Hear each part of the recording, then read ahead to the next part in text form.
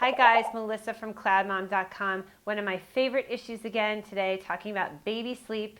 I'm answering a question from Amber Macer on Facebook. She has a 22-day-old baby who's doing well but stirs and makes a lot of noise at night, and she is exhausted, and her question is, what can I do? Great question.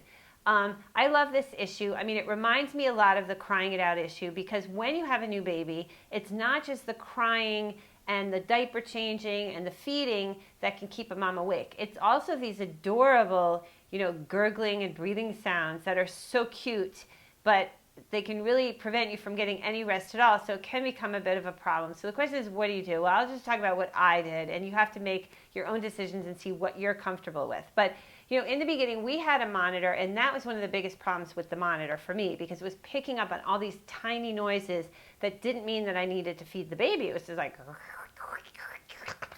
or whatever. And so I got no sleep at all, and it was more noise coming from the monitor than when we didn't have the monitor on.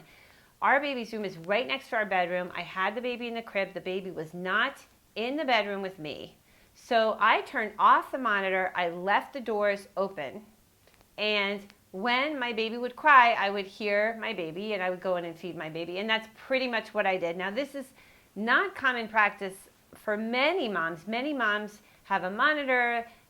Some even have video monitors, and these can be very helpful tools.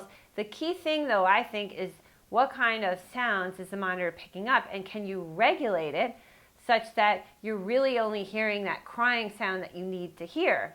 And all this, of course, is assuming that you are comfortable not having your baby in your room with you, which might not be the case. And if you are only comfortable having your baby in your room with you, I don't really actually know what to say, because your baby's going to keep making those adorable noises. And if you're a late sleeper, I don't know what you're going to do. So other moms, please weigh in. If you co-slept, if you had your baby in your room, if your baby made a lot of noise that wasn't like the crying noise that they needed you, they're happy and they're sleeping and breathing, but they're just making a lot of baby cute noises that keep you awake, what did you do? Anyway, those are my pieces of advice.